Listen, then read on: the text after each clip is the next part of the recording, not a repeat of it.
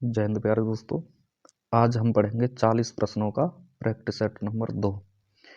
ठीक है दोस्तों, ये 40 प्रश्न हमारे मूल विधि के बहुत ही बेहतरीन होंगे और जिन्हें हम डिटेल में पढ़ेंगे।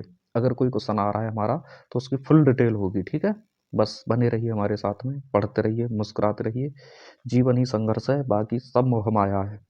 ठीक है, और क्वेश्चन देख करके ही आपको अंदाजा हो जाएगा कि किस तरह के क्वेश्चन हैं और उनकी डिटेल देख करके तो और भी ज़्यादा मजा आ जाएगा। ठीक, बस आप पढ़ते रहिए।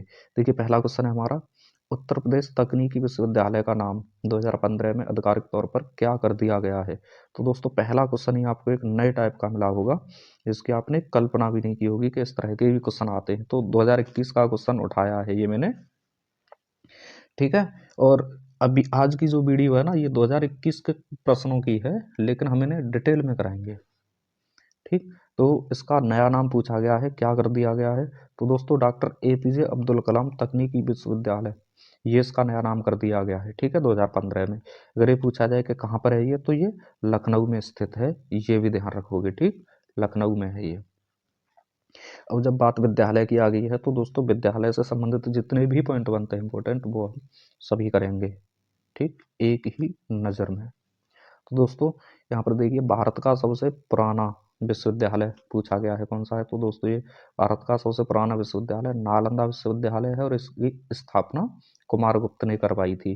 हालांकि बाद में ये तोड़ दिया गया था, बख्तियार खिलजी ने इन्हें तोड़ दिया था, ये भी ध्यान रखना है। और ये वही नालंदा विश्वविद्यालय जिसमें आचार्य चाणक्य ने पढ़ाया था और चंद्रगुप्त मौर्य ने शिक्षा ग्रहण की थी। ठीक, अगर बात की जाए उत्तर प्रदेश के सबसे प्राचीन विश्वविद्यालय की, तो ये इलाहाबाद यूनिवर्सिटी है, जो 1887 में बनी थी और इसके संस्थापक हैं दोस्तों विलियम मेयोर। ठीक है, और इसी इलाहाबाद यूनिवर्सिटी को ही 2005 में केंद्रीय विश्वविद्यालय का दर्जा मिला। ठीक है, तो ये तो हो गया उत्तर प्रदेश का प्राचीन विश्वविद्यालय। अब बात की जाए यहाँ पर उत्तर प्रदेश की स्वतंत्रता के बाद पहला विश्वविद्यालय कौन सा था। तो ये दोस्तों दीनदयाल उपाध्याय विश्वविद्यालय गोरखपुर में ठीक स्थित है और 1957 में इसकी स्थापना हुई थी और गोविंद वल्लभ पंत ने इसे बनवाया था। ठीक है, तो उत्तर प्रदेश के दोनों ही ध्यान रखने हैं। ठीक, सबसे प्राचीन ये पूछा जाता है और स्वतंत्रता के बाद पहला विश्वविद्यालय पूछा जाता है तो पंडित दीनदयाल उपाध्याय गोरखपुर में स्थित है, ये भी आपको ध्यान रखना है। क्वेश्चन अगला है दोस्तों, आप क्वेश्चनों को देख करके ही मालूम पड़ रहा होगा किस टाइप के हैं और किस लेवल के हैं और फिर इनकी डिटेल से। आज की वीडियो थोड़ी सी बड़ी होगी लेकिन मजेदार होगी। ठीक,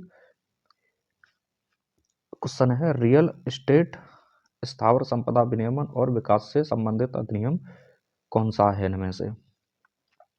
तो दोस्तों, फेरा, फेमा, पीएमएलए, ये रक्षा एवं जांच एजेंसियों वाली वीडियो में हमने करा रखा है। ठीक, तो फिलहाल इसका सही आंसर ये रेरा है। ठीक है, रियल एस्टेट रेगुलेटरी अथॉरिटी, ये इसकी फुल फॉर्म है। चलो आगे देखते हैं, इनकी फुल फॉर्म देखते हैं चारों की क्या है। तो दोस्तों, रेरा की फुल फॉर्म है रियल एस्टेट रेगुलेटरी अथॉरिटी। दोस्तों, फुल फॉर्म भी ध्यान रखना क्योंकि ये एक जैसे हैं इसलिए। ठीक, फेरा, फेरा की ध्यान रखना है foreign exchange regulation act. FEMA की ध्यान रखना है फॉरेन एक्सचेंज मैनेजमेंट एक्ट। तो फेरा और फेमा दोनों एक जैसी हैं, केवल रेगुलेशन और मैनेजमेंट इतने का ध्यान रखना है।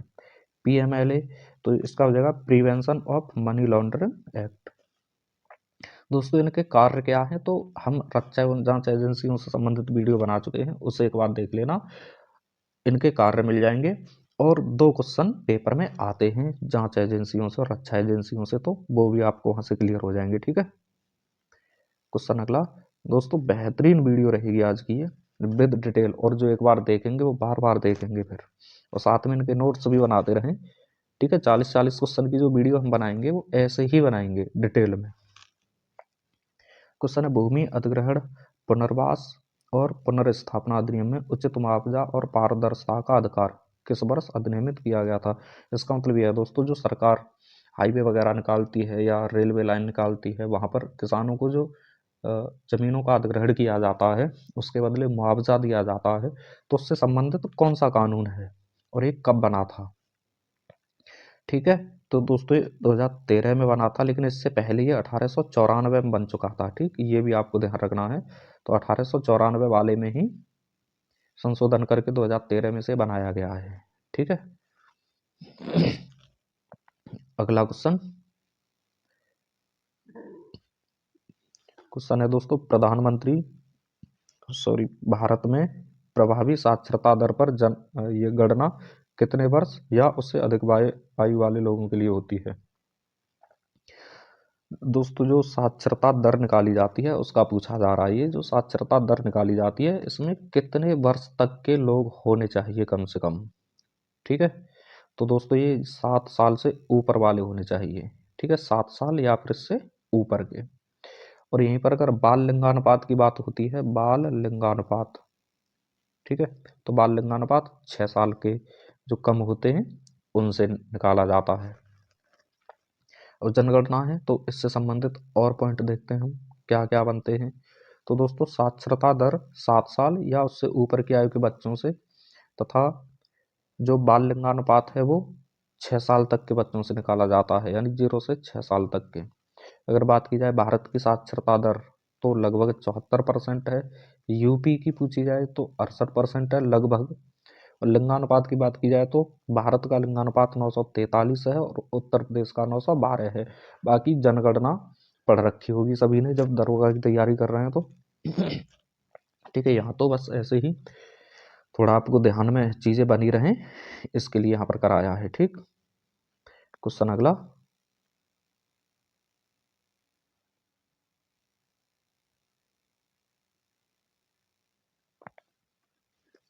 क्वेश्चन है दोस्तों, निम्न में से कौन सा तरीका सार्वजनिक रास्ते पर ड्राइविंग करना अपराध के रूप में शामिल है जो मानव जीवन को खतरे में डालता है? अर्थात यानी ऐसा कौन सा तरीका है जिसे हम रास्ते पर गाड़ी चला रहे हैं उससे मानव जीवन खतरे में आ जाए, ये पूछा गया है। तो अंधाधुंध गाड़ी चला रहे हैं और साथ में लापरवाही कर रहे हैं ये, या फिर या तो अंधाधुंध तरीके से गाड़ी चला रहे हैं या फिर लापरवाही से गाड़ी चला रहे हैं ये।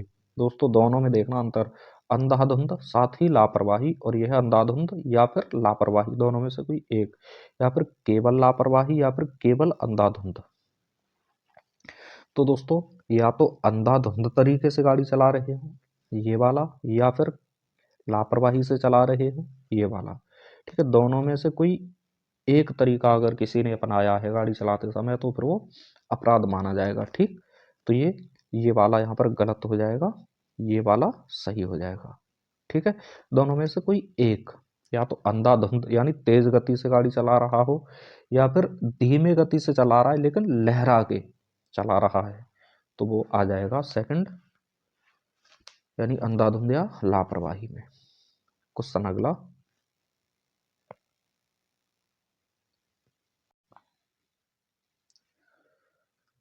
क्वेश्चन है दोस्तों, जबरन मजदूरी के विरुद्ध अधिकार में न्यूनतम वेतन का अधिकार शामिल है, यानी जो जबरदस्ती मजदूरी करवाई जाती है उसमें मिनिमम वेतन शामिल होता है, ये सुप्रीम कोर्ट ने किस निर्णय में कहा था? तो दोस्तों ये पीपल्स यूनियन फॉर डेमोक्रेटिक इसमें बोला गया था। बाकी जो है जैसे श्रेया सिंघल केस है ये आईटी एक्ट से संबंधित है, 66A हटाई गई है इसमें। जोसेफ साइन का मामला है, ये धारा 497 हटाई गई है इससे। ठीक है, आईपीसी की। और जो एमसी मेहता ये पर्यावरण से संबंधित है। ठीक, जोसेफ साइन 497 जो एडल्ट्री का मामला था वो हटाया गया था। क्वेश्चन अगला, बाकी जो केस है, केस की हमारी वीडियो बनी हुई है वो देख लो जाके, वो डिटेल में है काफ़ी, और काफ़ी केस है वहाँ पर। क्वेश्चन है, सती प्रथा निवारण अधिनियम किस वर्ष लागू हुआ था? तो दोस्तों सती प्रथा निवारण अधिनियम हमारा जो है राजस्थान सरकार के द्वारा बनाया गया था। ठीक है, 1987 में बनाया गया था। ठीक, और लागू हुआ था ये 1988 में। क्लियर। अगर बात की जाए कि ये जो सती प्रथा का अंत है तो ये 1829 में इसका खात्मा हुआ था, ये भी ध्यान रखना है। क्लियर। क्वेश्चन अगला,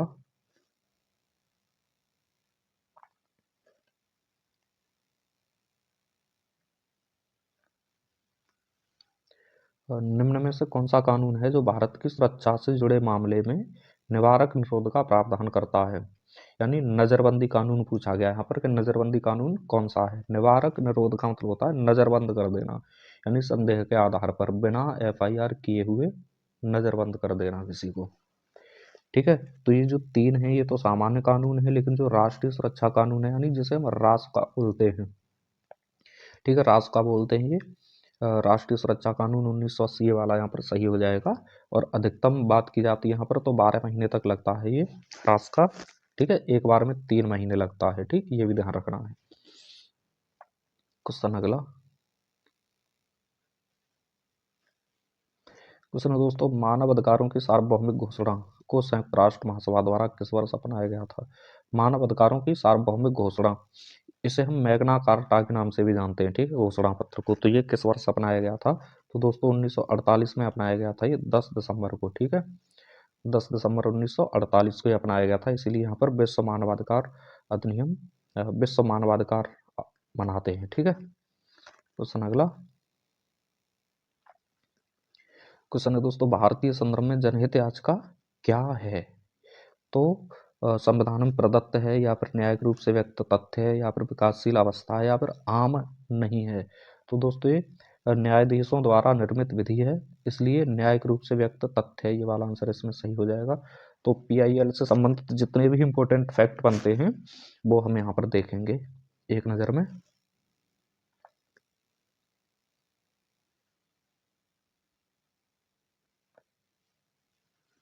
दोस्तों जनहित याचिका की शुरुआत, सबसे पहला तो यही पॉइंट बनता है कि जनहित याचिका की शुरुआत कहाँ पर हुई थी। तो दोस्तों 1960 में ये अमेरिका में इसकी शुरुआत हुई थी सबसे पहले, पीआईएल की। ठीक, जनहित याचिका। अगर भारत की बात की जाए तो भारत में 1976 में इसकी शुरुआत हुई थी, और उस समय जो न्यायमूर्ति थे वो कृष्ण अय्यर थे। ठीक, ये ध्यान रखना है। लेकिन अगर प्रमुख रूप से पूछा जाए तो पीएन भगवती के समय पर, यानी 1980 के दशक में। ठीक है, अगर प्रमुख रूप से शुरुआत हुई थी इसकी तो पीएन भगवती के समय पर हुई थी, ये न्यायाधीश थे उस समय पर पीएन भगवती। लेकिन अगर शुरुआत पूछी जाए तो कृष्णमूर्ति अय्यर, इनके समय पर हुई थी। और इसमें जनक पीएन भगवती माने जाते हैं, और जननी पुष्पलता हिंगुरानी मानी जाती है। तो ये तीन लोग आपको ध्यान रखने हैं पीआईएल से संबंधित, कृष्णा अय्यर, पीएन भगवती और ये पुष्पलता हिंगुरानी।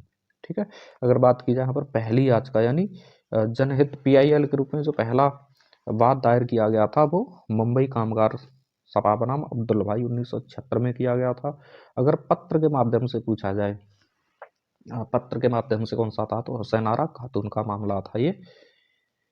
ठीक है, ये दोनों ही केस ध्यान रखने हैं, इसकी शुरुआत ध्यान रखनी है अमेरिका में, भारत में 1976 में, और प्रमुख रूप से पीएन भगवती। ये तीन लोग आपको ध्यान रखने हैं, अय्यर, पीएन भगवती और पुष्पलता हिंगुरानी। ठीक, बाकी हमने पीआईएल से संबंधित वीडियो बना रखी है, उसे देख लो, वो अच्छे डिटेल से दे रखी है वहाँ पर। क्वेश्चन अगला है, उत्तर प्रदेश राज्य को दर्जा कब प्राप्त हुआ था राज्य का। दोस्तों यूपी स्पेशल का एक दो क्वेश्चन आ जाता है, ये ध्यान रखना है। ठीक, तो इम्पोर्टेंट जो होते हैं जैसे मेला वगैरह है, मंदिर वगैरह हैं, ये आपको पढ़ लेने हैं यूपी के। यहाँ पर उत्तर प्रदेश को राज्य का दर्जा कब प्राप्त हुआ था, तो सभी को मालूम होना चाहिए कि 1950 में हुआ था, 24 जनवरी को। ठीक है, 24 जनवरी 1950 को उत्तर प्रदेश राज्य बना था। उससे पहले ये संयुक्त प्रांत के नाम से जाना जाता था, ये भी आपको ध्यान रखना है। ठीक, उत्तर प्रदेश से संबंधित अब जितने भी पॉइंट हैं वो देखेंगे हम। तो दोस्तों 24 जनवरी 2018 को पहली बार उत्तर प्रदेश दिवस मनाया गया था। ठीक, ये ध्यान रखना है। बाबा जी आए थे, बाबा योगी आदित्यनाथ जी, इन्होंने 24 जनवरी 2018 को पहली बार यूपी दिवस मनाया था। ठीक है, अगर बात की जाए उत्तर प्रदेश की राजधानी की, तो लखनऊ राजधानी है, लेकिन यहाँ पर भी आपको दो पॉइंट ध्यान रखने हैं। सबसे पहले जो राजधानी थी 1920 में बनी थी, लेकिन उस समय पर आंशिक रूप से बनी थी, लेकिन 1935 में पूर्ण रूप से बनी थी। तो दोनों ध्यान रखना है, अगर आंशिक पूछी जाए तो 1920, और पूर्ण रूप से पूछी जाए तो 1935 में लखनऊ जो है राजधानी बनी थी यूपी की। यूपी का पुराना नाम पूछा जाता है तो संयुक्त प्रांत के नाम से जाना जाता है उत्तर प्रदेश को। ठीक है, पुनर्गठन पूछा जाए तो 9 नवंबर 2000 को पुनर्गठन हुआ था, और यहीं पर यूके यानी उत्तराखंड बना था 9 नवंबर 2000 को। ठीक है। अगर बात की जाए राजकीय पशु की, तो यूपी का राजकीय पशु बारहसिंगा है, राजकीय पुष्प पलाश है, राजकीय वृक्ष अशोक है, राजकीय पक्षी सारस है और राजकीय खेल हॉकी है। ये भी आपको ध्यान रखने हैं। ठीक है। इंपॉर्टेंट इंपॉर्टेंट फैक्ट ये उत्तर प्रदेश के जो हमने कर रखे हैं। क्वेश्चन अगला क्वेश्चन है दोस्तों, वर्तमान में मैसेंजर की मालिक कौन सी कंपनी है? वर्तमान में मैसेंजर की मालिक, तो दोस्तों यहाँ पर ये मालूम होना चाहिए मैसेंजर है या फिर मेटा है। ठीक है। जो फेसबुक चलाते हैं इनको बहुत अच्छे से मालूम होगा, मैसेंजर की मालिक फेसबुक है। ठीक है। और फेसबुक ही व्हाट्सएप की है, ये भी ध्यान रखना है। ठीक। और यही इंस्टाग्राम की है, इंस्टा भी फेसबुक ने ही अधिग्रहण कर लिया है। ठीक है। तो ये भी ध्यान रखना है, व्हाट्सएप, मेटा, इंस्टाग्राम और मैसेंजर सब एक ही है, ये फेसबुक ने ही अधिग्रहित किया हुआ है इनको। अब इनसे संबंधित अन्य पॉइंट यानी सोशल मीडिया के संस्थापक पूछ लिए जाते हैं, तो ये हम देखते हैं कौन कौन से हैं। दोस्तों आज की वीडियो देख रहे होंगे तो लग रहा होगा कि वाकई में ठीक है और आपको कहीं और भटकने की आवश्यकता नहीं है, यहीं से सब कुछ मिलेगा आपको। ठीक है। अब देखिए फेसबुक के अगर संस्थापक की बात की जाए तो मार्क जुकरबर्ग है। ठीक, मार्क जुकरबर्ग। अब यहीं से व्हाट्सएप, इन्होंने ही व्हाट्सएप को, इंस्टाग्राम को और मैसेंजर को इन्होंने ही खरीदा हुआ है। ठीक है। अगला है गूगल। गूगल दोस्तों सर्च इंजन के नाम से बहुत बार क्वेश्चन पूछा जाता है, सर्च इंजन निम्न में से कौन सा है? तो दोस्तों गूगल को सर्च इंजन के नाम से जाना जाता है और इसके संस्थापक लैरी पेज और सर्जी ब्रिन, ये हैं दो लोग, लैरी पेज और सर्जी ब्रिन। अगला है इंस्टाग्राम। इंस्टाग्राम के दोस्तों सिस्टम और माइक, ये दो लोग हैं इंस्टाग्राम के। ध्यान कैसे रखना है ये, तो माइक और सिस्टम जिसके पास है वो ज़्यादातर इंस्टाग्राम पर वीडियो डालता है। ठीक है। इंस्टाग्राम की वीडियो डालने के लिए सिस्टम और माइक ये होना आवश्यक है। अब ट्विटर, ट्विटर के डिक डार्सी, ये दो लोग हैं ट्विटर के, डिक डार्सी यानी जैक डार्सी और डिक कोस्टोलो। ठीक है। ट्विटर के डिक डार्सी। अब यूट्यूब, यूट्यूब का हो जाएगा स्टीव चैन, चार्ड हार्ले और जावेद करीम, यानी यूट्यूब पर जावेद ने चैन हर लिया, ऐसे ध्यान रखना है इसको। यूट्यूब पर जावेद ने चैन हर लिया, तो जावेद से जावेद करीम हो जाएंगे, चैन से स्टीव चैन हो जाएंगे, हर लिया से चार्ड हरले हो जाएंगे। ठीक है। यूट्यूब ने चैन हर लिया है, इसे ध्यान रख सकते हो। और इंटरनेट के हैं टिम बर्नर्स ली। तो दोस्तों हमने जितने इंपॉर्टेंट एप्लीकेशन है उनके संस्थापक यहाँ पर पढ़ लिए हैं। और मैं तो सलाह दूंगा कि जो वीडियो देखते हैं वो यहाँ से नोट्स बनाते रहें साथ साथ में। बाकी सबकी अपनी मर्जी है। रात के 2 बज रहे हैं, मैं आपके लिए रात के 2 बजे मेहनत कर रहा हूँ क्योंकि दिन में इतना शोर रहता है यहाँ पर, इसलिए रात के 2 बजे मैं वीडियो बना रहा हूँ। और आवाज़ भी थोड़ी ऐसी भारी भारी सी लग रही होगी आपको, इससे पहचान हो रही होगी कि कुछ तो गड़बड़ है दया कहीं ना कहीं पे। क्वेश्चन है दोस्तों, किस ऐप में भेजे गए एसएमएस को अनसेंड करने का ऑप्शन होता है? जैसे हमने किसी को एसएमएस भेजा है फिर उसे अनसेंड कर दिया, यानी सामने वाले को पता ही नहीं चला कि किसी ने हमारे पास कुछ भेजा था अथवा नहीं भेजा था। तो जो इंस्टाग्राम चलाते हैं उनको मालूम होगा कि अनसेंड करने का ऑप्शन इंस्टाग्राम में होता है, बाकी में अनसेंड नहीं होता, डिलीट होता है बाकी में, है ना। अनसेंड इंस्टाग्राम में होता है। और इंस्टाग्राम के संस्थापक कौन थे? तो एक तो माइक थे और एक सिस्टम थे, यानी सिस्टम और माइक जिसके पास है वो इंस्टा पर वीडियो बनाता है, ये ध्यान रखना है। ठीक। क्वेश्चन अगला,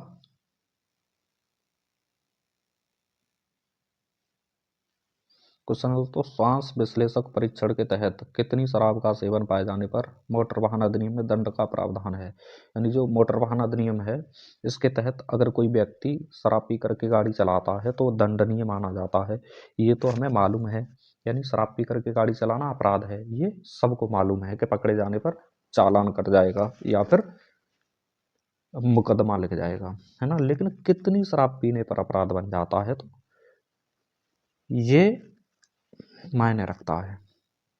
तो दोस्तों यहाँ पर अगर जो पंप होती है उनके पास में जो फोन जैसा होता है, मुंह में दे के उसमें फूंक मरवाते हैं, ठीक है। अगर 100 ml रक्त में यानी 100 ml खून में 30 mg दारू मिलती है, यानी दारू का नशा मिलता है, तो अपराध माना जाता है वो, ठीक है। 100 ml रक्त में 30 mg, ठीक। जो फूंक मरवाते हैं ना उसे मशीन में, उसे श्वास विश्लेषक मशीन बोलते हैं, ये भी ध्यान रखना है। क्वेश्चन अगला है दोस्तों, राष्ट्रीय वन्यजीव बोर्ड का गठन केंद्र सरकार द्वारा वन्यजीव संरक्षण अधिनियम 1972 की किस धारा में किया गया है। यानी राष्ट्रीय वन्यजीव बोर्ड का गठन जो किया गया है वो किसी एक धारा में यानी बाद में किया गया था, तो इसका सही आंसर धारा 5A हो जाएगा। ये केंद्र सरकार के द्वारा किया जाता है, ये भी ध्यान रखना, और इसके अध्यक्ष PM होते हैं, ये भी ध्यान रखना है, ठीक है। धारा 6 में राज्य का वन्यजीव बोर्ड है, ठीक। धारा 3 में परिरक्षण निदेशक की नियुक्ति केंद्र सरकार के द्वारा की जाती है, और धारा 4 में वन्यजीव मुख्य अधिकारी की नियुक्ति राज्य के द्वारा की जाती है, ये ध्यान रखना है, ठीक है। 3 में केंद्र के द्वारा और 4 में राज्य के द्वारा, ठीक। यहाँ पर सेम इसी तरह के जो अधिनियम बने हैं उनसे संबंधित हम पॉइंट देखते हैं। देखिए दोस्तों, राष्ट्रीय वन्यजीव बोर्ड के अध्यक्ष PM महोदय होते हैं, बहुत ही इंपॉर्टेंट है ये क्वेश्चन। और राज्य वन्यजीव बोर्ड के अध्यक्ष CM होते हैं, यानी मुख्यमंत्री होते हैं, ठीक। ये अब वन्यजीव संरक्षण अधिनियम 1972 इसी के द्वारा, यानी वन्यजीव संरक्षण अधिनियम 1972 के द्वारा टाइगर प्रोजेक्ट 1973 वाला, राष्ट्रीय उद्यान और चिड़ियाघर बनाए जाते हैं, ठीक है। यानी जो राष्ट्रीय उद्यान है या फिर चिड़ियाघर हैं, ये वन्यजीव संरक्षण अधिनियम 1972 के द्वारा बनाए जाते हैं, ये ध्यान रखना है। और टाइगर प्रोजेक्ट की शुरुआत भी 72 के द्वारा ही की गई थी, 73 में, ठीक है। अगला है जल संरक्षण अधिनियम, ये 1974 में बना था। अगर बात की जाए जल नीति की, तो पहली जल नीति 1987 में बनी थी, ये भी ध्यान रखना है, ठीक है। थोड़ा आगे बढ़ते हैं।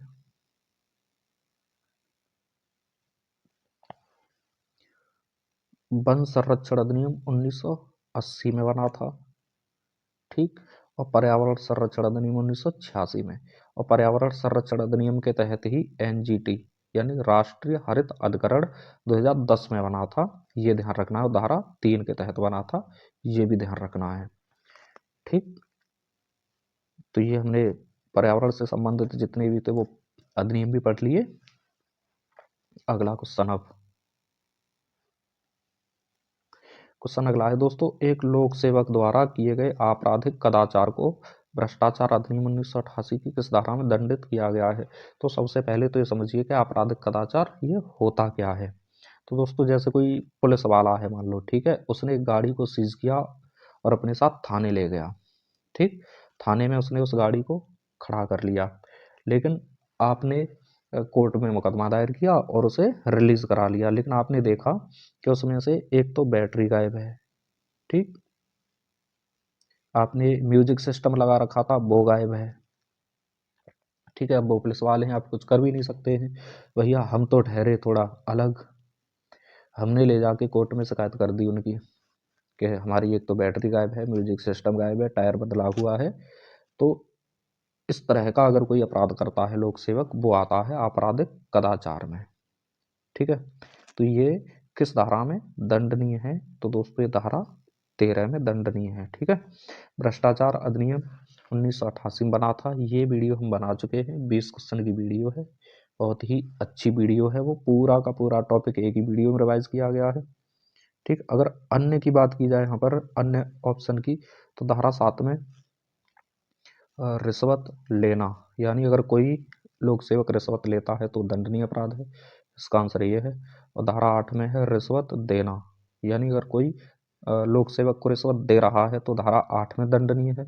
और धारा 12 में है किसी को दुष्प्रेरित करना, ठीक है, यानी उकसाना, धारा 12 में किसी को उकसाना, ठीक। तो ये हमने इससे संबंधित सभी पॉइंट पढ़ लिए, बाकी जिन्हें अच्छे से पढ़ना है वो वीडियो में पढ़ सकता है जाके। तो इससे संबंधित जो पॉइंट बनते हैं वो देखेंगे हम। तो देखिए, संथानम समिति की सिफारिश पर 1988 बना था ये भ्रष्टाचार अधिनियम, ठीक है। और संथानम समिति की सिफारिश पर ही सीवीसी और सीबीआई ये भी बना था, संथानम समिति की सिफारिश पर, ठीक है, ये भी ध्यान रखना है। तो देखिए, जो भ्रष्टाचार अधिनियम है ये 9 सितंबर 1988 को पारित हुआ था और 12 सितंबर 1988 को लागू हुआ था। इसमें 5 अध्याय और 31 धाराएं हैं। इसमें संशोधन भी हुआ है 2018 में, जिसमें रिश्वत देना भी अपराध बनाया गया है। तो 2018 में संशोधन हुआ है। 19 जुलाई 2018 को राज्यसभा द्वारा पारित हुआ था और 24 जुलाई 2018 को लोकसभा द्वारा पारित हुआ था और 26 जुलाई 2018 में राष्ट्रपति महोदय ने इसे मंजूरी दी थी। तो इससे संबंधित पॉइंट हमने क्लियर कर लिए हैं। अब बढ़ते हैं अगले क्वेश्चन पे। क्वेश्चन है दोस्तों, केंद्र सरकार के स्तर पर प्रशासनिक सुधार आयोग द्वारा पुलिस बल पर एक कार्यदल की स्थापना कब हुई? ये पूछा गया है। प्रशासनिक स्तर पर पुलिस बल में सुधार के लिए कब स्थापना की गई थी? तो दोस्तों 1966 में प्रथम प्रशासनिक सुधार आयोग बना था, ये ध्यान रखना है, ठीक है। अगर ये पूछा जाए कि पहला प्रशासनिक सुधार आयोग कब बना था, तो 1966 में बना था, ठीक। इसके द्वारा भी पुलिस बल पर एक कार्यदल की स्थापना की गई थी। अब पुलिस से संबंधित क्वेश्चन आया है, तो पुलिस से संबंधित यहाँ पर समितियां देखते हैं क्या क्या है। तो दोस्तों सबसे पहले जो सुधार आयोग बना था 1977 में बना था और ये केरल में बना था, ठीक। इसके अध्यक्ष धर्मवीर थे। यानी सबसे पहले पुलिस सुधार आयोग 1977 में केरल राज्य में बना था और इसके अध्यक्ष धर्मवीर थे। अब प्रथम पुलिस प्रशासनिक सुधार आयोग, जिसे फ्रेजर आयोग के नाम से भी जानते हैं, तो 1902 में बना था, ठीक है। पुलिस प्रशासनिक सुधार आयोग दोस्तों, पुलिस प्रशासनिक सुधार आयोग, ठीक, फ्रेजर आयोग के नाम से जानते हैं, ये 1902 में बना था। जो 1966 वाला है ना, वो केवल प्रशासनिक आयोग है, ये पुलिस प्रशासनिक है। अगला गोरे समिति, पुलिस प्रशिक्षण से संबंधित है, ये 1971 में बना था और राष्ट्रीय पुलिस आयोग का गठन 1977 में किया गया था, ठीक है। और हैं अभी थोड़ा सा, उन्हें और देख लेते हैं।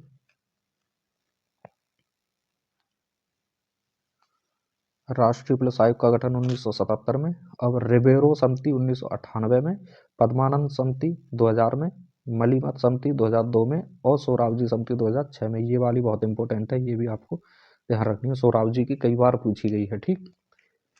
तो पुलिस समिति से संबंधित जितने भी पॉइंट थे वो हमने देख लिए हैं दोस्तों। मैं बड़े उससे कह रहा हूँ कि अगर आप एक बार मेरी वीडियो देख रहे हैं तो फिर आपको एक वीडियो में ही, यानी यहीं पर सब कुछ मिलेगा, कहीं और जाने की आवश्यकता नहीं पड़ेगी, ठीक है। इसके बाद में अगर आप क्वेश्चन लगाते हो तो वो भी देखना आपको कितने मिलते हैं, ठीक। क्वेश्चन है हमारा, स्वतंत्र भारत का पहला विधि आयोग कब बना? स्वतंत्र भारत का पहला विधि आयोग, तो दोस्तों सबसे पहले जो विधि आयोग बना था 1834 में बना था, ठीक है, मैकाले की अध्यक्षता में। लेकिन यहाँ पर स्वतंत्र भारत का पूछा जा रहा है, स्वतंत्र भारत का पहला विधि आयोग तो 1955 में बना था, ठीक। स्वतंत्र भारत का पहला था, लेकिन भारत का ये 5वां था। अब विधि आयोग जो कानून बनाए जाते हैं उनसे संबंधित होता है विधि आयोग ये, ठीक। अब विधि आयोग से संबंधित जितने भी महत्वपूर्ण पॉइंट होंगे वो हम देखेंगे। भारत का पहला विधि आयोग 1834 में बना था और इसके अध्यक्ष मैकाले थे, ठीक है। अगला है स्वतंत्र भारत का पहला, स्वतंत्र भारत का पहला आयोग, और ये भारत का 5वां था जो 1955 में बना था और इसके अध्यक्ष एमसी शीतलवाड़ थे, ठीक। एमसी शीतलवाड़ थे इसके पहले अध्यक्ष। और 22वां विधि आयोग जिसके अध्यक्ष ऋतुराज अवस्थी हैं और वर्तमान में 23वां विधि आयोग बना है जिसके अध्यक्ष दिनेश माहेश्वरी हैं, ठीक है। वर्तमान का अगर पूछा जाए तो 23वां विधि आयोग है और इसके अध्यक्ष दिनेश माहेश्वरी हैं। 2024 से 2027 तक है, 3 साल के लिए बनाया जाता है एक विधि आयोग, ठीक है। तो भारत का पहला ध्यान रखना है, भारत का पहला कौन सा था? 1834 में बना था मैकाले की अध्यक्षता में। स्वतंत्र भारत का पहला 1955 में बना था एमसी शीतलवाड़ की अध्यक्षता में और वर्तमान में 23वां है दिनेश माहेश्वरी की अध्यक्षता में, जो 2027 तक चलेगा।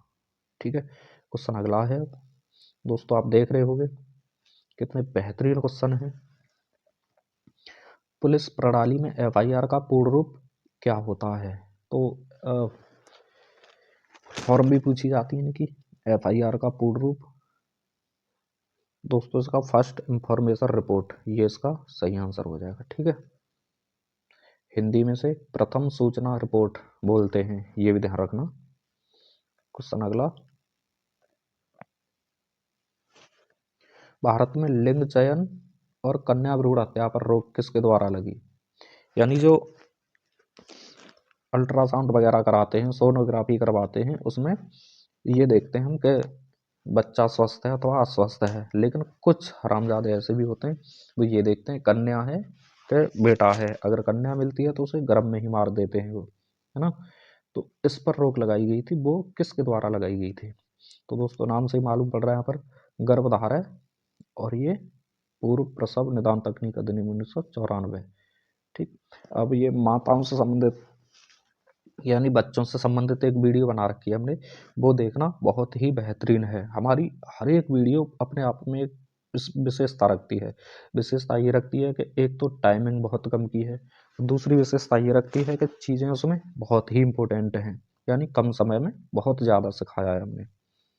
ठीक है, अगला क्वेश्चन है हमारा,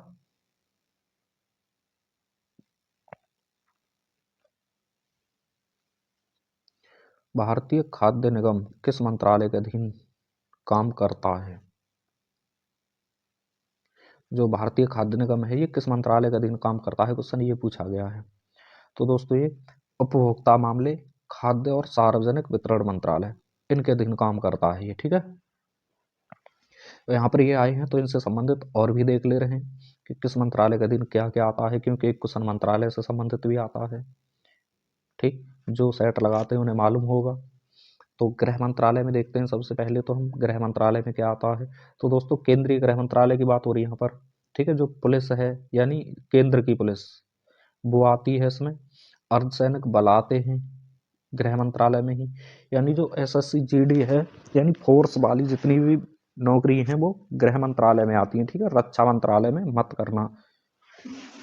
यानी जो आईपीएस है ना, आईपीएस वो गृह मंत्रालय के अधीन आता है। ठीक, जनगणना गृह मंत्रालय के अधीन आती है। राजभाषा आयोग ये गृह मंत्रालय के अधीन आता है। ठीक है, और आंतरिक मामले जो भी अंदरूनी मामले होते हैं ये भी गृह मंत्रालय के अधीन आते हैं। और वर्तमान में गृह मंत्री कौन है ये तो सबको बहुत अच्छे से मालूम ही होगा।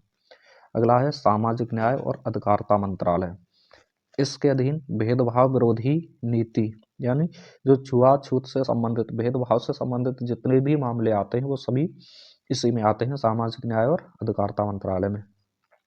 यानी इसी में SC ST का कल्याण भी आता है, यानी SC ST से संबंधित जितने भी मामले बनेंगे वो सभी इसी में आते हैं। ठीक, अगला है स्वास्थ्य और परिवार कल्याण मंत्रालय, तो इसमें परिवार नियोजन यानी जो नसबंदी वगैरह होती है वो, और स्वास्थ्य नीति से संबंधित जितने भी मामले होंगे, यानी परिवार और स्वास्थ्य से संबंधित जितने भी मामले होंगे वो सभी स्वास्थ्य और परिवार कल्याण मंत्रालय में आते हैं। ठीक है,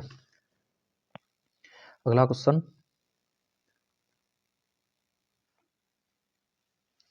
निम्न में से कौन सा एक राज्य सूची में शामिल विषय है? तो दोस्तों राज्य सूची, केंद्र सूची, ये भी आप एक बार पढ़ लेना कि राज्य सूची में क्या है, केंद्र सूची में क्या क्या है। ठीक है, और समवर्ती सूची में क्या है, तो तीनों सूचियों के विषय पढ़ लेना, एक क्वेश्चन आता है यहाँ से भी। ठीक, तो पोस्ट और टेलीग्राफ ये तो केंद्र सूची का है, बीमा भी केंद्र सूची का है, स्वच्छता ये राज्य सूची का है, शेयर बाजार ये भी केंद्र सूची का है। ठीक है, बाकी तीन केंद्र सूची की हैं और ये स्वच्छता ये राज्य सूची का विषय है।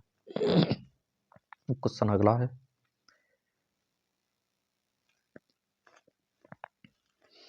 उत्तर प्रदेश भूमि राजस्व अधिनियम किस वर्ष स्थापित किया गया था? उत्तर प्रदेश भूमि राजस्व अधिनियम किस वर्ष स्थापित किया गया था? तो दोस्तों ये 1901 में। ठीक है, 1901 में स्थापित किया गया था, ये आपको ध्यान रखना है। अब उत्तर प्रदेश भूमि से संबंधित हैं, इसके जितने भी पॉइंट बनते हैं वो सभी पॉइंट हम देखेंगे यहाँ पर एक एक करके। दोस्तों यहाँ पर हम देखेंगे इसके जितने भी पॉइंट बनते हैं। तो उत्तर प्रदेश भूमि अधिनियम 1901 यानी भूमि राजस्व अधिनियम 1901, इसका कार्य क्या था? तो भूमि के संग्रह जैसे भूमि रिकॉर्ड यानी खसरा, खतौनी, नक्शा, इनका रख रखाव करने का काम भू राजस्व अधिनियम का है और इसका गठन 1901 में हुआ था। यही क्वेश्चन हमारा पूछा गया है। ठीक है, अगला बनता है उत्तर प्रदेश जमींदारी उन्मूलन एवं भूमि सुधार अधिनियम 1950। इसका काम है जमींदारी प्रथा को समाप्त करना तथा भूमि सुधार की नींव रखना। ठीक है, जो जमींदारी प्रथा थी, पहले जो मीडिएटर होते थे उसको समाप्त किया गया था और भूमि सुधार की नींव रखी गई थी। ठीक, 1950 में। देखिए 1901 में जो कानून बना है ना, उसके तहत तो हमारे भूमि रिकॉर्ड रखे जाते हैं, खसरा, खतौनी, नक्शा वगैरह। और जो 1950 में बना है, 1950 में यहाँ से जो मीडिएटर होता था वो हटाया गया था, यानी जमींदारी प्रथा को समाप्त किया गया था। जमींदारी प्रथा का मतलब जैसे मान लो किसी एक व्यक्ति के पास काफ़ी ज़मीन है और किसी के पास कुछ भी नहीं है, तो उस व्यवस्था को समाप्त किया गया था 1950 में। अगला, उत्तर प्रदेश अधिक जोत सीमा आरोपण अधिनियम 1960 में बना था। इसके तहत भूमि की अधिकतम सीमा तय हुई थी।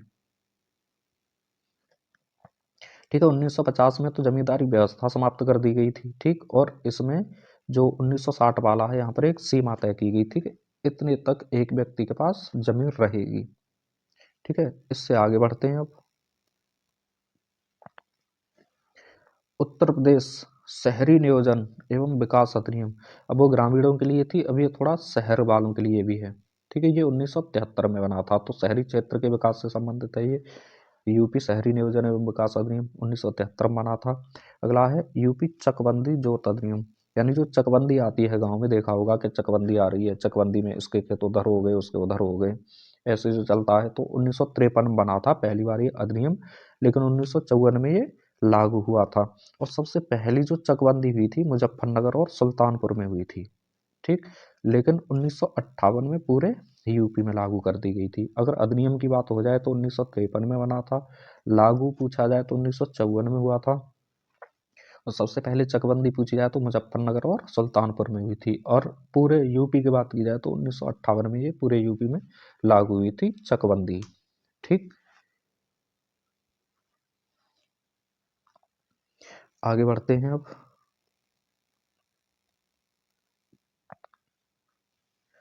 दोस्तों, भूमि जल संरक्षण अधिनियम 1963, ये उत्तर प्रदेश के बता रहा हूँ मैं। ठीक है, उत्तर प्रदेश भूमि एवं जल संरक्षण अधिनियम 1963 में बना था। इसका कार्य था भूमि तथा जल से संबंधित नीतियां बनाना। ठीक है, अगला भूमि सुधार अधिनियम 1954, तो यहाँ पर बिचौलिया खत्म किया गया था। ठीक, जैसे किसान और जमींदार के बीच में जो बिचौलिया होता था, उसका जो सिस्टम था उसे खत्म किया गया। ठीक है, अगला है भूमि अधिग्रहण, पुनर्वास और पुनर्स्थापना, उचित मुआवजा और पारदर्शिता अधिनियम 2013। ये तो नाम ही इतना बड़ा है, शॉर्टकट में समझ लीजिए। यानी जो सरकार जमीन अधिग्रहित करती है हाईवे वगैरह बनाने के लिए, वहां पर जो मुआवजा वगैरह दिया जाता है वो अधिनियम 2013 के तहत दिया जाता है। लेकिन ये जो अधिनियम है 1894 की जगह पर लाया गया था। ठीक है, तो पुनर्वास और पुनर्स्थापना या मुआवजा वगैरह की बात हो रही है तो 2013 ध्यान रखना है। और ये जो 2013 का था, ये 1894 की जगह पर लाया गया था संशोधन करके। ठीक, क्वेश्चन अगला है हमारा। क्वेश्चन है दोस्तों, राष्ट्रीय सुरक्षा कानून 1980 के तहत राष्ट्रीय सुरक्षा शब्द में क्या सम्मिलित नहीं है? देखो कितना बेहतरीन है ये, देख रहे हो, यानी रासुका में कौन सा शब्द सम्मिलित नहीं है, शब्द पूछा गया यहाँ पर कि शब्द कौन सा सम्मिलित नहीं है। तो दोस्तों, भारत की रक्षा सम्मिलित है, बिल्कुल सम्मिलित है। ठीक है, समुदाय के लिए आवश्यक आपूर्ति और सेवा, ये भी सम्मिलित है। भारत के अंतर्राज्यीय जल विवाद, ये सम्मिलित नहीं है। ठीक, तो ये वाला इसका सही आंसर होगा। भारत की सुरक्षा ये भी सम्मिलित है, तो तीसरा ऑप्शन यहाँ पर सही आंसर रहेगा इसका, यानी अंतर्राज्यीय जल विवाद इसमें राष्ट्र में सम्मिलित नहीं है।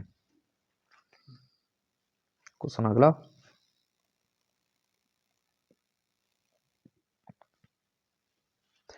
किस अंतर्राष्ट्रीय दस्तावेज को सभी मानवों के लिए अंतर्राष्ट्रीय मैग्ना कार्टा कहा जाता है? तो दोस्तों, मानवों का मैग्ना कार्टा किसे कहा जाता है? संयुक्त राष्ट्र चार्टर को नहीं कहा जाता। नागरिक राजनीतिक अधिकारों पर अंतर्राष्ट्रीय सम्मेलन, इसे भी नहीं कहा जाता। मानवाधिकारों का सार्वभौमिक घोषणा पत्र, इसे कहा जाता है। ये मानवाधिकारों में मैंने पढ़ाया है, इससे पहले भी एक क्वेश्चन था शायद, वहाँ पर भी बताया था मैंने। ठीक है, 1948 में से अपनाया गया था और इसे UDHR के नाम से जानते हैं, ये भी आप ध्यान रखोगे। क्वेश्चन अगला है, ये बेहतरीन क्वेश्चन है, एक से एक। विदेश व्यापार विकास और विनिमय अधिनियम कब लागू हुआ? तो दोस्तों 1992 यहाँ पर ये लागू हुआ है। ठीक है, ये आप ध्यान रखोगे। क्वेश्चन अगला, राष्ट्रीय आपदा प्रबंधन प्राधिकरण के पदेन अध्यक्ष कौन होते हैं? राष्ट्रीय आपदा प्रबंधन प्राधिकरण के पदेन अध्यक्ष, तो दोस्तों जांच और रक्षा एजेंसियों में मैंने कराया है आपको, NDRF एक है ना, NDRF 2005 में बना था। ठीक है, और उसके जो अध्यक्ष होते हैं प्रधानमंत्री होते हैं, ये ध्यान रखोगे। फिर 2005 में बना था, ये भी आप ध्यान रखोगे। ठीक है, क्वेश्चन अगला,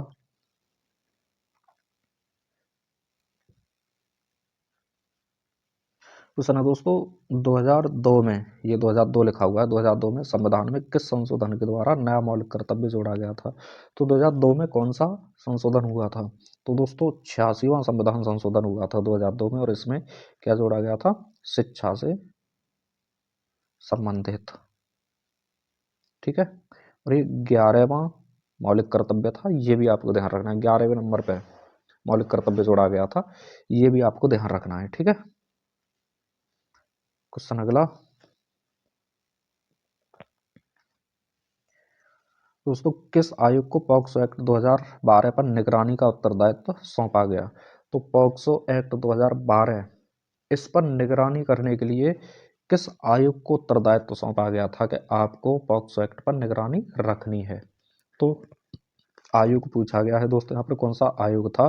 तो ये राष्ट्रीय बाल अधिकार संरक्षण आयोग ये था, और ये बना कब था? तो 2007 में बना था। ठीक है, ये भी आपको ध्यान रखना है, यानी NCPCR बोलते हैं इसको शॉर्टकट में, NCPCR।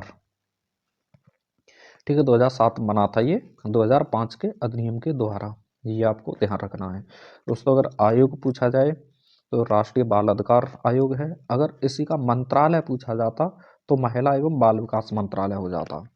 ठीक, ये देखिए ये लिखा हुआ है हमारा, जो पॉक्सो एक्ट है, पॉक्सो, ये अगर आयोग पूछा जाए तो राष्ट्रीय बाल संरक्षण आयोग में, अगर मंत्रालय पूछा जाए तो महिला एवं बाल विकास मंत्रालय का अधीन आता है। ठीक है, अगला क्वेश्चन, क्वेश्चन है दोस्तों, किस अनुच्छेद के तहत कारखानों, खदानों या संकटपूर्ण गतिविधियों में 14 साल से कम उम्र का बच्चा रोजगार पर नहीं लगाया जाएगा? ये किस अनुच्छेद में बोला गया है? तो जो दरोगा की तैयारी कर रहे हैं, संविधान भी बहुत अच्छे से पढ़ रहे होंगे, तो अनुच्छेद 24 यहाँ पर दे रखा है। ठीक है, ये अगर इससे संबंधित केस पूछा जाता तो केस हो जाता MC मेहता का, MC मेहता बनाम तमिलनाडु राज्य का। ठीक है, अगला क्वेश्चन, इलाहाबाद विश्वविद्यालय की स्थापना कब हुई थी? तो दोस्तों इलाहाबाद विश्वविद्यालय की स्थापना 1887 में हुई थी। ठीक, मेयर के द्वारा, यानी विलियम मेयर संस्थापक थे इसके। ठीक है, और ये यूपी का सबसे पुराना विश्वविद्यालय है इलाहाबाद विश्वविद्यालय, ये भी आपको ध्यान रखना है। अब इससे संबंधित जितने भी पॉइंट हैं वो देखते हैं। तो दोस्तों देखिए 1887 में विलियम मेयर द्वारा इसकी स्थापना की गई थी, तथा इसकी नींव 1873 में नॉर्थ ब्रुक द्वारा रखी गई थी। नींव अगर पूछी जाए तो नॉर्थ ब्रुक द्वारा रखी गई थी 1873 में। यह यूपी का सबसे पहला एवं भारत का चौथा विश्वविद्यालय है, ये भी ध्यान रखना है। यूपी का पहला है लेकिन भारत का चौथा है, और भारत का अगर पहला पूछा जाए तो नालंदा विश्वविद्यालय है जो बिहार में है। ठीक है, इसे पूर्व का ऑक्सफोर्ड भी कहा जाता है, ये भी ध्यान रखना है। 2005 में से केंद्रीय विश्वविद्यालय का दर्जा मिला था, ये बहुत ही इंपॉर्टेंट है यहाँ पर। ठीक, नेक्स्ट क्वेश्चन, आंतरिक सुरक्षा से संबंधित मामलों में जासूसी, उग्रवाद, आतंकवाद के लिए कौन सी खुफिया एजेंसी है? यानी इन पर निगरानी रखने के लिए यानी जासूसी करने वाली कौन सी खुफिया एजेंसी है इनमें से? तो सीबीआई जासूसी है? नहीं है, क्योंकि ये वास्तविक एजेंसी है सीबीआई। ठीक है, ये जासूसी नहीं करती है। राष्ट्रीय अपराध रिकॉर्ड ब्यूरो यानी एनसीआरबी, इसका तो कोई मतलब नहीं है, तो डाटा को सुरक्षित रखती है अपने पास में। एनआईए, ये भी नहीं है, केवल ये है खुफिया एजेंसी आईबी यानी इंटेलिजेंस ब्यूरो। और बाकी हमने जांच और रक्षा एजेंसियों से संबंधित वीडियो बनाई है, बहुत ही बेहतरीन वीडियो है। ठीक, क्वेश्चन अगला, अनुसूचित जाति एवं जनजाति निवारण अधिनियम कब पारित हुआ था? तो दोस्तों 1989 में पारित हुआ था। इससे पहले ही बना था एक 1955 में, वो वाला भी आपको ध्यान रखना है। ठीक है, तो दोनों ध्यान रखने हैं। अगला क्वेश्चन है हमारा,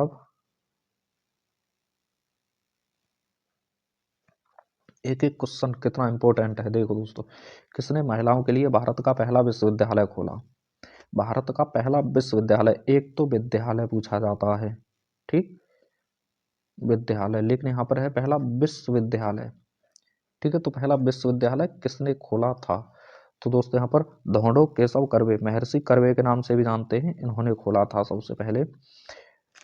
ठीक है, इन्होंने ही विधवाओं के लिए महिला विद्यालय खोला था, इन्होंने ही पहला महिला विश्वविद्यालय खोला था।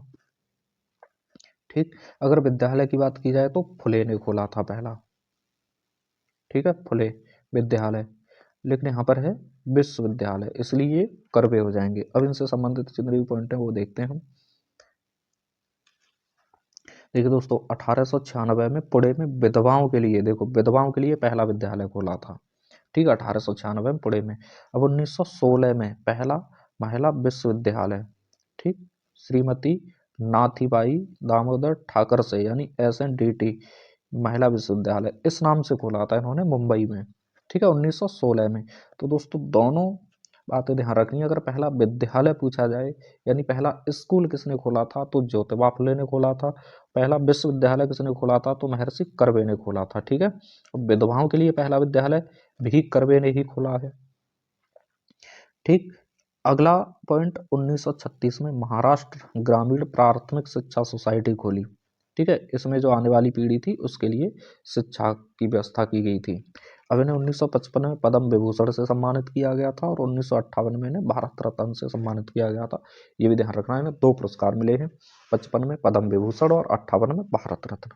ठीक है, तो ये ध्यान रखना है आपको। विधवाओं के लिए पहला विद्यालय इन्होंने खोला है महर्षि कर्वे ने। ठीक, महिलाओं के लिए पहला विश्वविद्यालय भी कर्वे ने ही खोला है, और महिलाओं के लिए पहला स्कूल ज्योतिबा फुले ने खोला था। 1848 में खोला था वो, पुणे के बिडेवाड़ा में खोला था। ठीक है, पहली महिला शिक्षिका सावित्रीबाई फुले को माना जाता है, ये भी आपको ध्यान रखना है।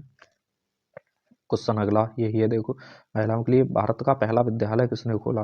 तो दोस्तों पहला विद्यालय ये ध्यान रखना है, अगर पहला विश्वविद्यालय होता तो महर्षि कर्वे होते, लेकिन यहाँ पर पहला विद्यालय पूछा गया इसलिए ज्योतिबा फुले हो जाएंगे। ठीक है, ये ज्योतिबा फुले 1848 में खोला था इन्होंने, भिड़ेवाड़ा में खोला था। और ठीक है, भिड़ेवाड़ा में खोला था।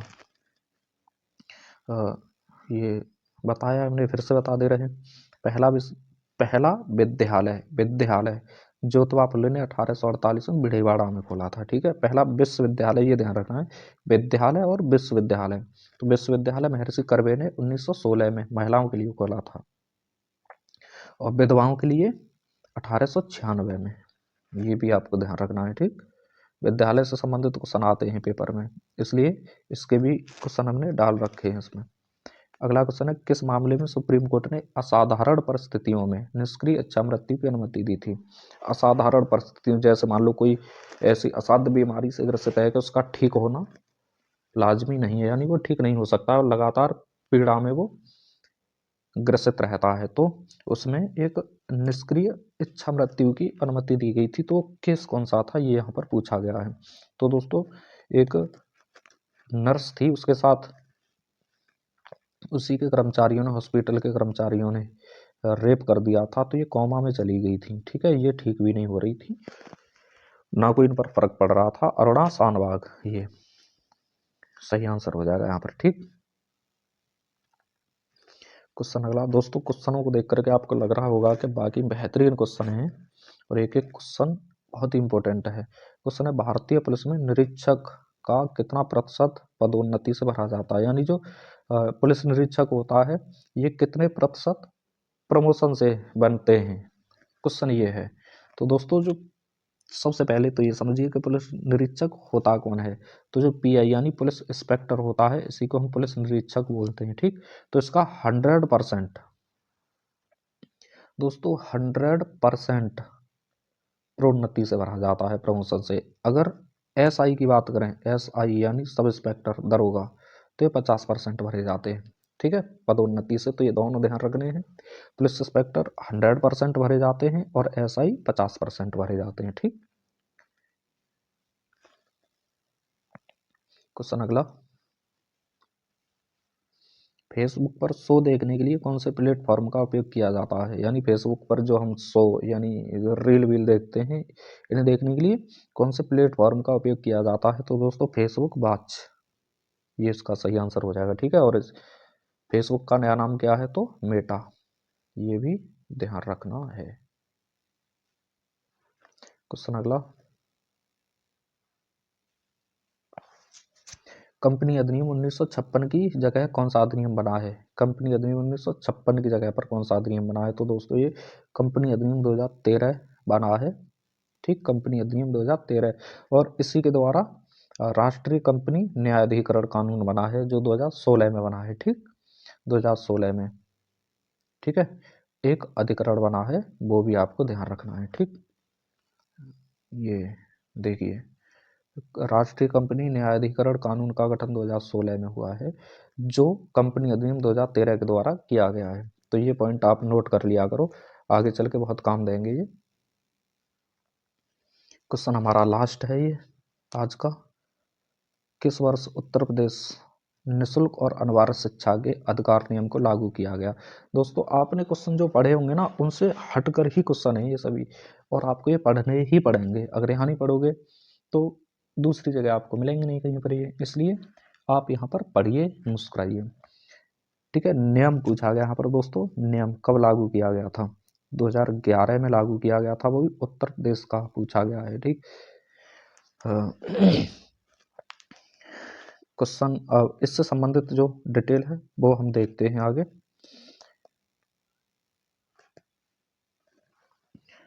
देखिए दोस्तों 86वां संविधान संशोधन 2002 बहुत ही पढ़ा होगा सबने, है ना, बहुत अच्छे से पढ़ा होगा। लेकिन यहाँ पर नेम पूछा गया था इसलिए गलत भी किया होगा, है ना, 2010 किया होगा मुझे मालूम है। 86वां संविधान संशोधन 2002 के द्वारा अनुच्छेद 21A जोड़कर यानी 21A जोड़ा गया था जिसमें शिक्षा अधिनियम 2009 बनाया गया था। यानी अधिनियम पूछा जाता है तो 2009 बनाया गया था और इसे 1 अप्रैल 2010 को संपूर्ण भारत में लागू किया गया था। यानी जो शिक्षा का अधिकार अधिनियम है 2009 ये 1 अप्रैल 2010 को संपूर्ण भारत में लागू किया गया था। लेकिन उत्तर प्रदेश में शिक्षा के अधिकार का नियम, ये देखिए यहाँ पर नियम 2011 में लागू हुआ था। यानी अधिनियम होते हैं फिर उनके भी नियम होते हैं जो 2011 में लागू हुआ था। अब ये भी हमें मालूम होना चाहिए कि इसमें 6 से 14 साल तक के बच्चों को निःशुल्क एवं अनिवार्य शिक्षा प्रदान की जाती है। तो ये एक एक लाइन बहुत ही अच्छे से ध्यान रखना है। क्वेश्चन यहाँ से ऐसे ही बनता है कि 6 से 14 साल तक के बच्चों को, या फिर 0 से 14 साल तक के बच्चों को, या फिर 14 से ऊपर के बच्चों को, ऐसे करके क्वेश्चन बनता है। और यहाँ से बनता है कि बच्चों को निःशुल्क एवं अनिवार्य शिक्षा मिलती है या निःशुल्क एवं वैकल्पिक शिक्षा मिलती है। तो निःशुल्क एवं अनिवार्य शिक्षा प्रदान की जाती है, ये भी आपको ध्यान रखना है। और ये जो शिक्षा का अधिकार है ये मौलिक अधिकार में आता है, ठीक, ये भी आपको ध्यान रखना है, ठीक है दोस्तों। देखो कितना बेहतरीन कंटेंट बनाया है मैंने। और अब एक क्वेश्चन आपके लिए, 2 क्वेश्चन आपके लिए होमवर्क में रहेंगे, इसका जवाब आप कमेंट बॉक्स में दीजिएगा मुझे। दोस्तों आपके लिए रात का 2:30 बज रहा है, अब 2:45 बज रहे हैं, इतने बजे मैं आपके लिए मेहनत कर रहा हूँ देखो, फिर भी आप बताते नहीं हो कि किस तरह का कंटेंट है। लेकिन कोई बात नहीं, एक दिन हम छाएंगे, ऐसा हमें खुद पर भरोसा है। क्वेश्चन है ये आपके लिए, उत्तर प्रदेश का पहला विश्वविद्यालय कौन सा है। पहला विश्वविद्यालय उत्तर प्रदेश का कौन सा है। दूसरा क्वेश्चन है दोस्तों, किस ऐप में अनसेंड का ऑप्शन होता है। ये आपको होमवर्क रहेगा। तो दोस्तों हमें बताइए किस तरह के क्वेश्चन है हमारे ये, ठीक है, कंटेंट कैसा लगा, मेहनत कैसी लगी, ठीक। और आने वाले समय में यकीन मानिए कि हम चाहेंगे लोग हमें सर्च करेंगे, ठीक है। लेकिन तब तक आप पढ़ते रहिए, मुस्कुराते रहिए। मिलते हैं अगली वीडियो में जल्दी ही। और जो 40-40 प्रश्नों की जो वीडियो होगी ना, ये समझिए इसी तरह से कराऊंगा मैं, ठीक। एक बार वीडियो देख ली तो समझो कि उनसे संबंधित जितने भी क्वेश्चन होंगे वो सभी क्लियर हो जाएंगे आपके एक ही बार में। और फिर मुझे आप याद करोगे कि कोई सर थे जिन्होंने पढ़ाया था, बेहतरीन तरीके से पढ़ाया भी था और सिखाया भी था। ठीक है दोस्तों, मिलते हैं अगली वीडियो में जल्द ही।